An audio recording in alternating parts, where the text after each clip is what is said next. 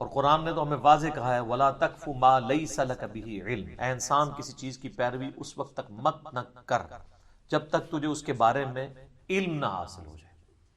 ان السمع والبصر والفؤاد كل اولئک کان عنہ مسئولا، بے شک کان، آنکھیں اور عقل، اس کے بارے میں پوچھا جائے گا کہ ان تین انسٹرومنٹس کو استعمال کر کے تم نے حق بات تک پہنچنے کی کوشش کیوں نہیں کی۔ یہ سورہ بنی اسرائیل کے اندر 9th کمانڈ ہے، آیت نمبر 36 میں۔ تو نہ تو سائنس اس کو سپورٹ کرتی ہے، نہ وہیں پہ کہیں موجود ہے۔ پتہ نہیں، میرا لگ کسی نے یہ سنا ہوگا کہ حضرت یوسف علیہ السلام خوبصورت ہے، تو دوسرے نے پھر اس میں رنگ بھرے ہوں گے کہ اچھا یہ خوبصورت ہے تو اس کا مطلب ہے کہ سورہ یوسف پڑھنے سے جو بچہ ہے وہ خوبصورت پیدا ہوگا۔ اللہ کرے حضرت یوسف علیہ السلام کی خوبصورتی میٹر نہیں کرتی ہے، اصل میں ان کے کردار کی خوبصورتی میٹر کرتی ہے کہ ان کو اتنی عورتوں نے ورغلایا۔ تو کاش کسی عورت کے دماغ میں یہ بات ہے کہ میرا جو بچہ پیدا ہو رہا ہے وہ یوسف کی طرح پرہیزگار ہو، پھر تو بات سمجھ آتی ہے۔ یہ تو خوبصورتی کو لے کے بیٹھ رہا ہوتا ہے، وہی کہانی کرائے گی یہ جو ہمیں۔ حالانکہ صحیح مسلم میں حدیث ہے کہ اللہ تعالیٰ تمہاری شکلوں اور مال کو نہیں دیکھتا، دلوں اور اعمال کو دیکھتا ہے۔ شکل تو اس نے خود بنائی ہے، اس نے کیوں دیکھنا ہے؟ حضرت بلال حبشی کا جب ہم ذکر کرتے ہیں تو ہمارے دل میں ان کے لیے محبت کے جذبات آتے ہیں، حالانکہ وہ حبشی تھے۔ سیدنا عمار ابن یاسر بھی حبشی تھے۔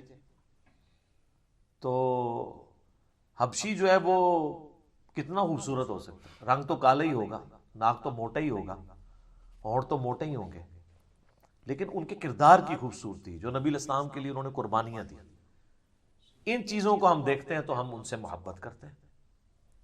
تو پہلے تو میں پھکی اور اینٹی وینم والا جواب دوں گا کہ سورہ یوسف پڑھنے سے اگر کسی حبشی کے ہاں جو ہے وہ گورا پیدا ہو جائے تو پھر ہم ماننے کے لیے تیار ہیں۔ ایک آدھ ہو بھی سکتا ہے ویسے، لیکن انالیسس اس طرح نہیں کیا جاتا۔ وہ 100 عورتیں سورہ یوسف پڑھیں گی اور اس میں 99 کے یا 90% کے پیدا ہو جائے، پھر تو ہم کہیں گے تو ان کو بھی پتہ ایسا نہیں ہوگا، یہ پاسبل ہی نہیں ہے، نہ تصویریں دیکھنے سے کچھ ہوگا۔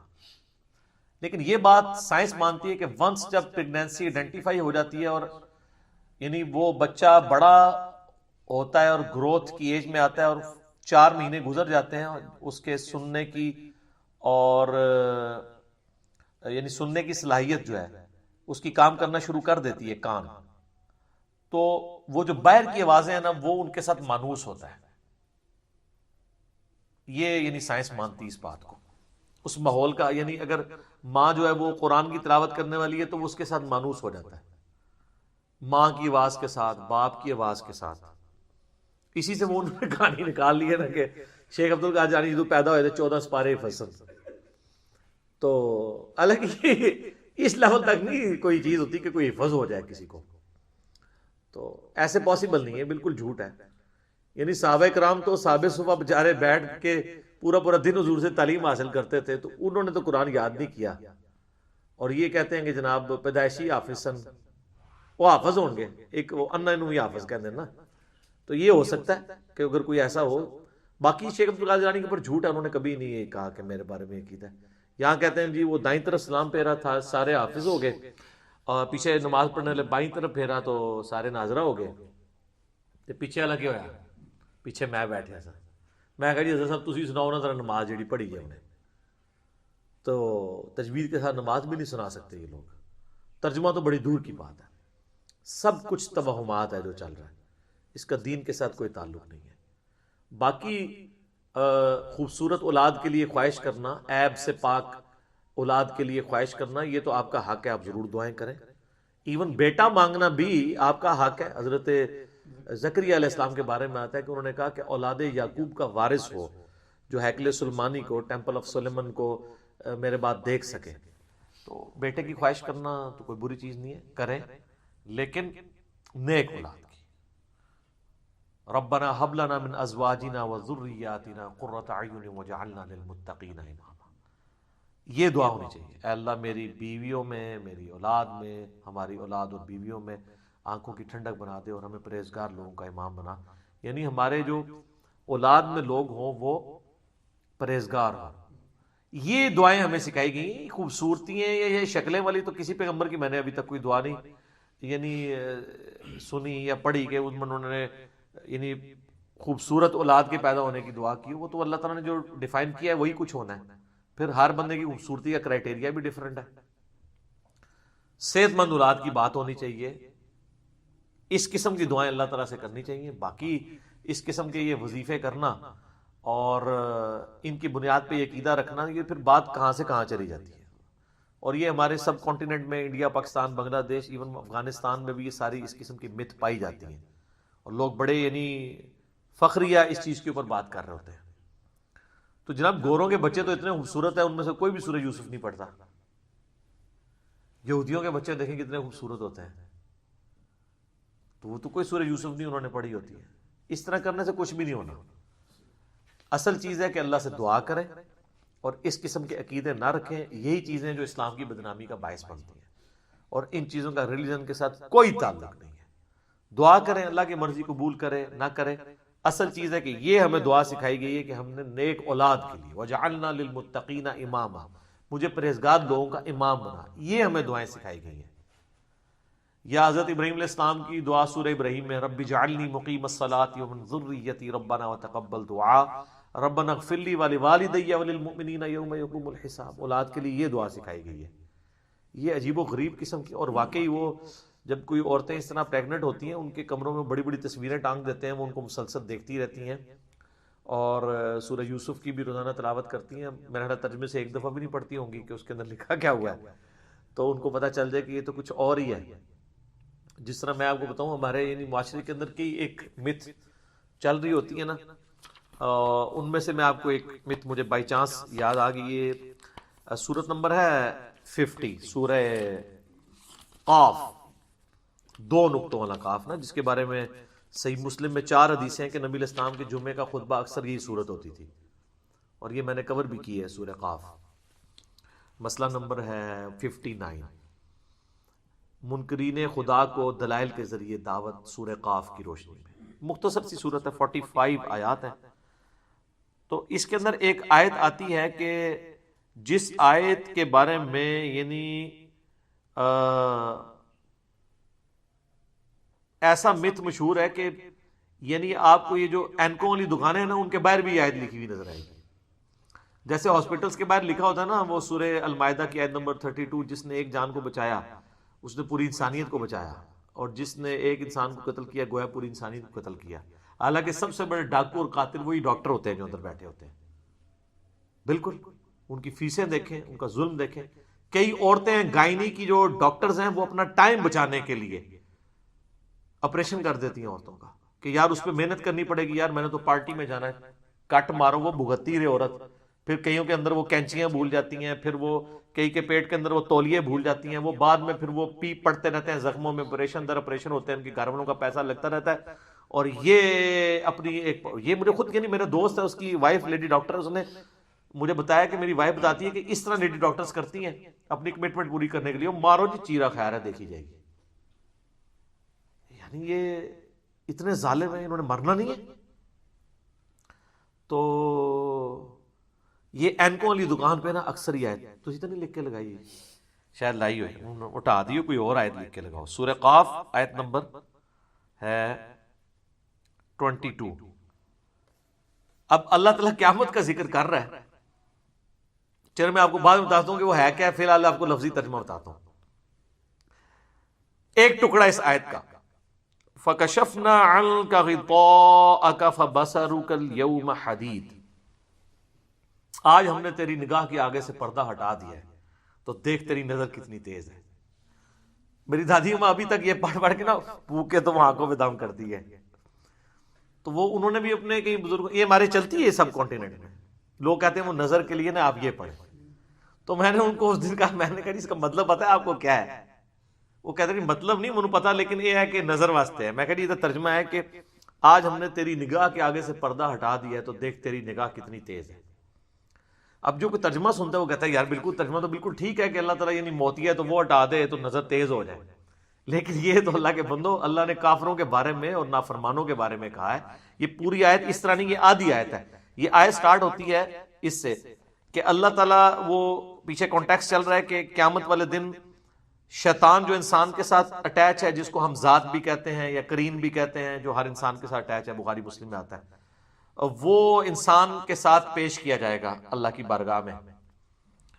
تو اللہ تعالیٰ اس نافرمان شخص کو کہے گا لَقَدْ كُنْتَ فِي غَفْلَةٍ مِّنْ هَذَا، بے شک آج کے دن کے بارے میں تو بڑی غفلت میں تھا نا، تو نے کبھی سوچا بھی نہیں تھا تو نے مر کے اپنے رب کے حضور پیش ہونا ہے، تو یہ سمجھتا تھا کہ یہ بس یہ جہاں مٹھا اگلا کس نے ڈٹھا، یہ سب سٹوریاں ہیں، مر کے اللہ کے پاس نہیں جانا، تو دنیا میں تو قیامت کے بارے میں اب سوچ بھی نہیں سکتا تھا، نہ عقیدہ رکھتا تھا، نہ کبھی اس کی طرف تیری توجہ ہوئی تھی۔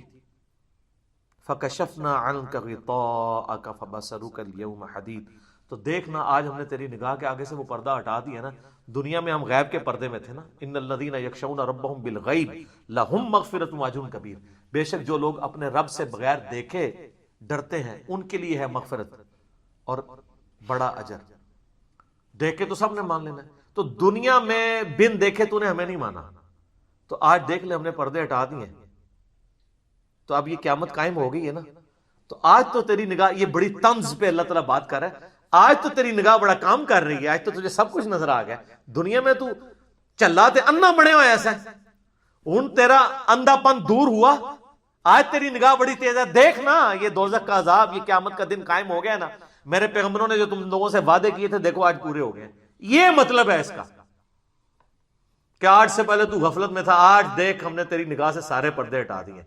تو وہ پکڑ کے نا اس آیت کو، وہ اینکوں والی دکانوں کے اوپر کئی لوگوں نے وہ اینکوں کے جو کور ہوتے ہیں نا اس کے اوپر یہ لکھوائی ہوئی ہوتی ہیں، کئی جو آئی اسپیشلسٹ ہیں نا انہوں نے باقاعدہ جو وہ اپنے وہ چھپواتے ہیں نا پیڈ جس پہ وہ دوائیں لکھتے ہیں اس کے اوپر یہ لکھی ہوئی ہوتی ہیں، یار دیکھو اللہ تعالیٰ ان لوگوں سے پوچھے گا یار تم نے آئی اسپیشلسٹ تو بن گئے لیکن تو نے کبھی ایک آیت کا بھی ترجمہ نہیں پڑھا کہ اس کا مطلب کیا تھا۔ اس کا نگاہ کی تیز ہونے کے ساتھ اللہ نہ کرے کہ اس طرح کی کسی کی نگاہ تیز ہو، اللہ معافی دے، دنیا میں ہی آنکھیں کھل جائے، یہ تو جس کی نگاہ اس طرح کی تیز ہو رہی ہے اس سے بیڑا غرق، ٹھیک ہے نا جی، اللہ معافی دے، اس نال تو بندہ دنیا انا مر جائے نا وہ ٹھیک ہے، لیکن اے والا کام نہ ہو، کیونکہ صحیح بخاری میں حدیث ہے کہ نبی اسلام فرماتے ہیں کہ اللہ فرماتا ہے کہ میں دنیا میں اپنے جس بندے سے آنکھیں لوں تو اس کی جزا جنت کے سوا کچھ نہیں میرے ہاں، دنیا میں اگر کسی کی نگاہ اللہ نے لے بھی لی تو اس کے بدلے میں اسے جنت دے گا، بہت بڑی نعمت اللہ نے اسے لی ہے۔